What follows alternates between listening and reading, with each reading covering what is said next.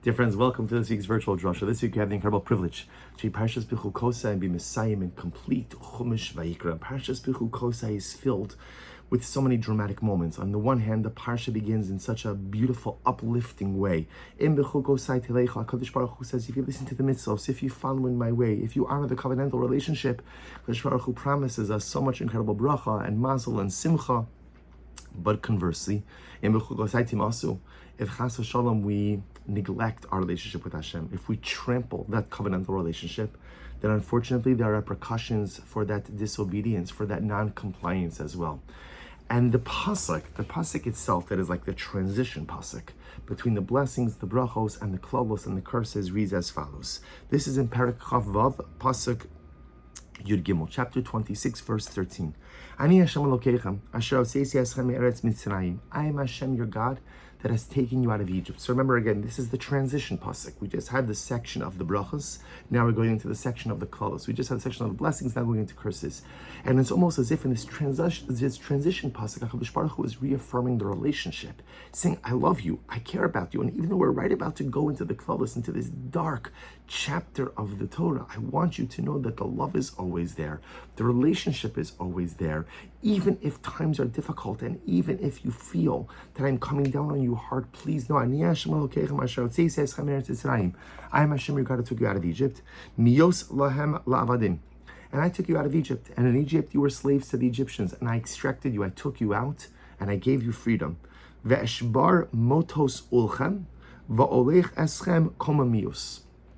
And this last phrase, literally, eshbar motos ulchem. I shattered the yoke of your burden. So the imagery, of course, over here is a slavery imagery. Your slaves, your beasts of burden, you're buckling underneath the overwhelming servitude of Egypt. And when I took you out, I smashed the yokes of your burden. Va'olech eschem komamius. And I took you out, va'olech eschem, and I allowed you to walk. I helped you walk. Komamius. Komamius means upright. And Rashi HaKadosh comments on this. He says, Bekoma zekufa, with an upright or an erect posture. So the Pashup shot on the pasuk is it's a contrast. When you were in Egypt, you were hunched over. When you were in Egypt, you were stooped over. When you were in Egypt, you were buckling underneath the burdens of servitude. And then I took you out. And when I took you out, you were able to stand upright. Va'olech eschem komamius. You are a proud people. You are people who is upright. You're not buckling underneath anyone's burden. And it's interesting, right? Because even though HaKadosh Baruch Hu, so to speak, placed a burden upon us, right? Not a burden in a bad way, but a burden of responsibility, Torah. But it's amazing, the Yid doesn't buckle underneath the burden of Torah. The burden of Torah, the yoke of Torah, the responsibility of Torah lifts me up.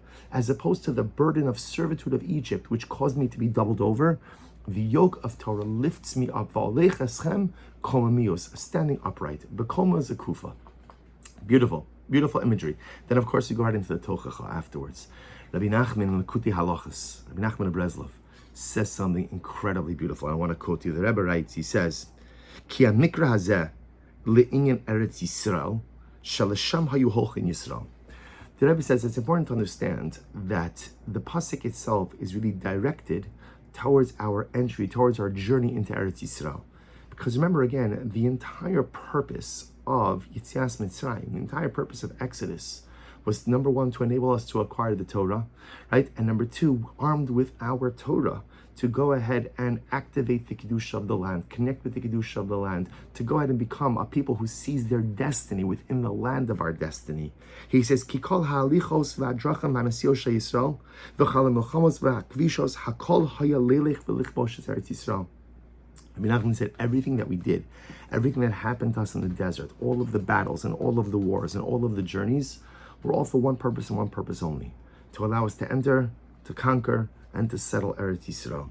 And he says something beautiful. He goes on, he says, V'zeu va'olech eschem komamius. He says this is the meaning. So what the Rebbe is saying is like this. Va'olech eschem komamius is not merely to create a contrast between being doubled over in servitude in Egypt versus being a free person who stands tall. There's something deeper. He says, Dahainu bekoma zekufa bechinas azus va'akshanos.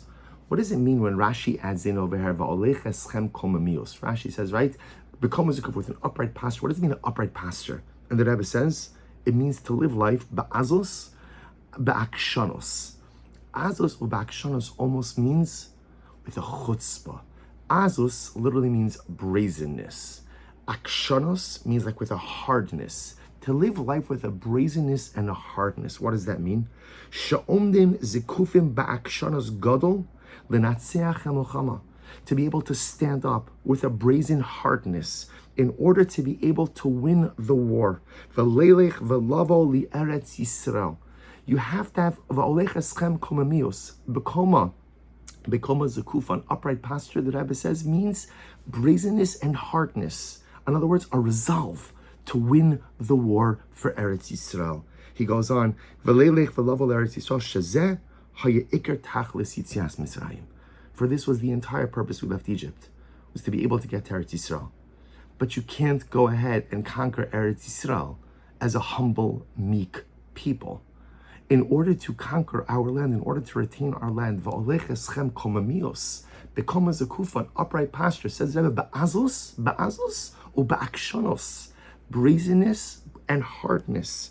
He goes on, ki afshar lavo li Eretz Yisrael lenatzeach milchama zos. You cannot come to the land and be successful in this war. Ki im al yedei akshanos gadol ma'od. Unless, of course, your resolve is unbreakable. Unless, of course, you have a shtickle brazenness. Yeah, shtickle brazen and a shtickle hardness to you. V'zeu v'olech eschem komamios. What an incredible and overwhelming insight by Rabbi Nachman. So there's the Pashat Pshat, right? The Pashat Pshat is a contrast. You were doubled over under the burden of servitude in Egypt, and now you're free, and you stand upright. The Rebbe says it's so much deeper. Additional piece, because Rashi's adding in Bekom Zakufa. This is about how you go into Eretz Yisrael. This is about how to win the war for Eretz Yisrael. This is about how to maintain our ancestral heritage. It has to be Bekom Zakufa, V'olech eschem komamios, which means Ba'azus or Ba'akshanos. You see what the Rebbe is saying is like this: if you want to accomplish something in life, you have to be a little bit brazen. You need a little bit of chutzpah. Because in life, when you want to accomplish something, the way it works is that the world is always going to tell you, you can't do it. That's the way the world relates to people who have lofty aspirations. And by the way, it's not just the world, we do it to each other also. We remember when Yosef dreamt his beautiful dreams, right? Yosef had his dreams, and those dreams foretold of incredible success, both material success, spiritual success. And what happened when Yosef told his brothers the dream? They hated him. They hated him. Such a strong reaction. Yosef was a kid. I understand you want to say they got annoyed at him. They got upset at him. I understand that. Rabbi Soloveitchik, says, because the world hates dreamers. The world doesn't like dreamers. The brothers didn't like Yosef, who was dreaming, because you know what dreamers do? Dreamers remind us that there is no glass ceiling. Dreamers remind us that our life could be whatever I want it to be. But I don't like dreamers, because I'm really happy where I am. I'm really settled where I am. I've kind of found my place in this nice little life spot that I've nestled into. I could do more. Don't talk about it. Stop talking about doing more. Stop talking about growth. Stop talking about aliyah. Stop it. Don't talk to me about dreams. Let's just focus. This is nice. This is nice. So the world hates dreamers, because dreamers remind us that we can be more. So when you have lofty goals in life, Rabbi Nachman says, be prepared. There's going to be a whole cacophony of voices, a whole chorus of disbelievers. A whole chorus is going to say, you can't do it. You can't do it. So what do you have to do? So clearly, so you want to conquer Eretz Yisrael? The nations of the world are going to tell you can't do it. The nations of the world are going to tell you that you're unjust. The nations of the world are going to tell you that you're committing genocide. The nations of the world are going to convene emergency security meetings for the UN when they don't convene one meeting about your brothers and sisters who are being held hostage. The world is always going to try to push you down when you try to take that which, or retain that which is yours. And therefore HaKadosh Baruch Hu says, be strong. Bring that Jewish chutzpah. That chutzpah, that brazenness, that strongkeit is what has kept us on the map of humanity for thousands of years. Because how many times has humanity tried to tell us we can't, or they've actively tried to annihilate us? And yet, in this current war in Eretz Yisrael, We were saying we see this whole cacophony of voices that tells us you can't, you're wrong, you're immoral, you're this, that, the college campuses, all the craziness that's happening around us. And comes Parshas Bechukosai, and HaKadosh Baruch Hu says, just stay strong. You're not doubled over. You're not weak. You're not a slave. You don't have to walk around humbled and chastened in front of everyone. Those days are over. That was Egypt. In today's day and age, in today's world, the Jew stands strong and the Jew stands tall. The world is flinging so much stuff. I don't care. I don't care. Like Rabbi Nachman says, ba'azus u'ba'akshanos. I'm going to be a little chutzpahdik to the world. And I'm going to be a little bit brazen to the world. And I'm going to say to the world, I'm sorry. You have no moral ground to stand on. You have no moral voice that deserves to be heard. We are the light unto the nations. We've always been the light unto the nations.